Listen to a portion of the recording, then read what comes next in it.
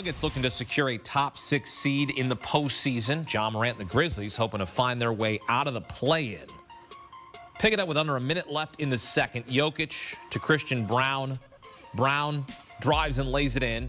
And with that assist, Jokic clinches double-digit assists on the season, which means he's the third player in NBA history to average a triple-double in a season. More on that in a moment.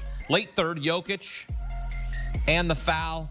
It goes down 3. Next possession in transition. Russell Westbrook to Jokic. Down 1. He's taken over, which he usually does. 8 minutes to play. Nuggets down 5. Jokic to Brown for the bucket. Down 3. 4 minutes left. Still down 3. Off the inbound. Jokic to Aaron Gordon. Two-handed throwdown. Down 1.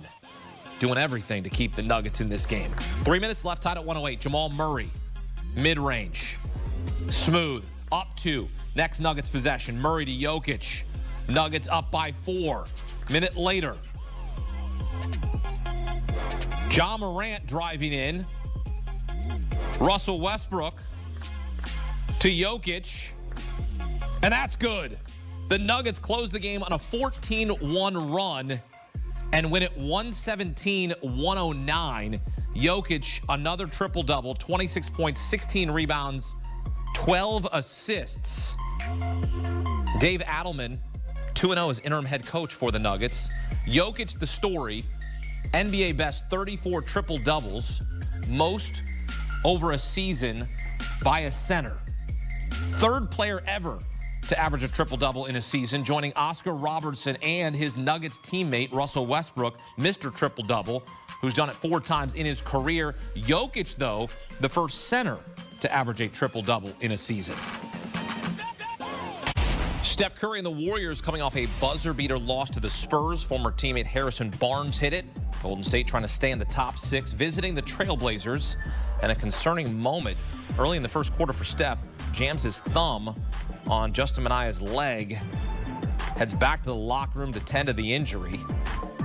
He would return early in the second. Thumb all taped up. He's a gamer. 7 minutes to go in the second. Curry, thumbs up. Warriors up 11. 4 minutes later, Jimmy Butler the third to Curry. Sidestep. Buries it. Warriors take a 13-point lead at the break. Curry had 14. 7 minutes to go in the third. Draymond Green. Jimmy Butler. Alley-oop. Butler goes for 24 points, 11 for 11 from the free throw line. Warriors cruise 103-86 as they try to avoid the play-in tournament. Currently sit 6th in the West with 1 game to go. Play the Clippers in the regular season finale on Sunday. Nets and T-Wolves. Ant-Man coming off 44 in Thursday's win over the Grizz. Timberwolves trying to find their way out of the play-in. Pick it up mid-second quarter, up 11.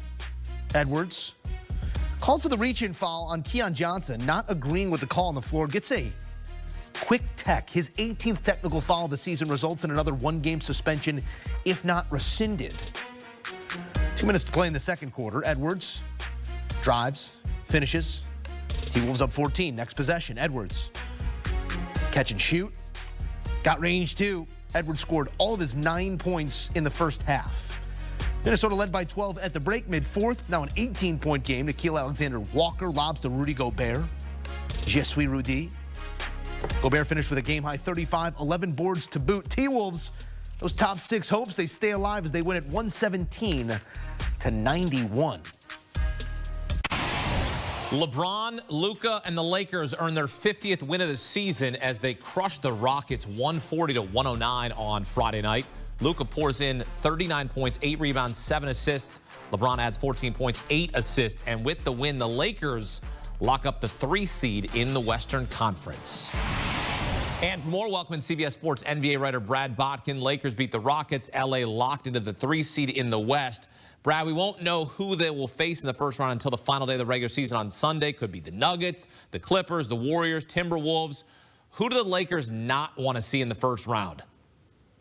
Oh, boy, who do they not want to see? You know, Akeem, I'm getting asked this question a lot over the last couple of weeks and certainly today on a number of shows. I think, and this is my honest opinion, and everybody's going to differ on this, and matchups will dictate a lot, but all of those teams, I really think you're throwing darts here. It is the Thunder, and then it is every team under that in the right scenario can win any series. It is really, really difficult to differentiate between these teams.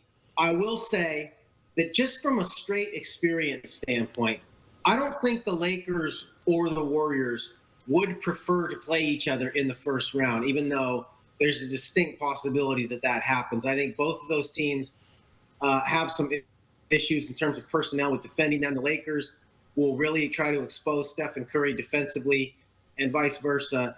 The Warriors will go at Luka Doncic.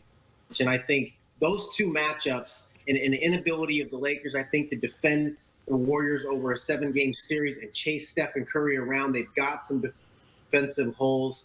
And I don't think anybody can defend the Lakers. So the Warriors, they believe that they can win a series on their defense alone. They really believe that with Butler and Draymond Green. I think the Lakers, of course the Thunder, but underneath the Thunder, I think the Lakers are the one team offensively that the Warriors would have to be worried about whether or not they could stop it. I don't think that either one of those teams would want to see each other in the first round. Yeah, for pure entertainment value, we'd like to see Lakers and Warriors because we don't know how many more Steph versus LeBron matchups we're going to get here rest of way. But in terms of pure basketball standpoint, you're right. Any of these first-round matchups could either spell trouble for the Lakers or it could just be a walkthrough. Eastern Conference playoffs, meantime, are set. The Cavs are the top seed, followed by the Celtics, Knicks, Pacers, Bucks, Pistons, and then the teams in the play-in tournament, the Magic, Hawks, Bulls, and Heat. One of the juicy storylines is what the Knicks will do. They finished the regular season 0-10 against the top 3 records in the NBA, OKC, Cleveland, and Boston. No team in NBA history has won the title after going winless against the top 3 teams in the NBA during the regular season. The Knicks are going to play the feisty Pistons in the first round. For what it's worth, New York went 1-3 against Detroit in the regular season. Brad, what's your outlook for the Knicks in the playoffs, trying to find their way here? God, that doesn't sound good. It came 0-10 and then 1-3 against the team that you're playing.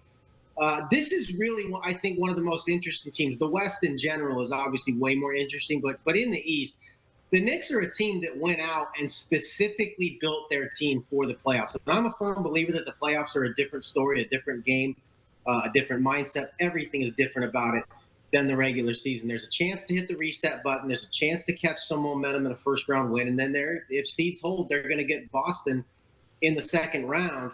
And that is specifically who Leon Rose and company designed that team to compete with. They went out and absolutely copied the Celtics blueprint in terms of perimeter defenders who can all switch, who can all guard multiple positions, and can all shoot the three.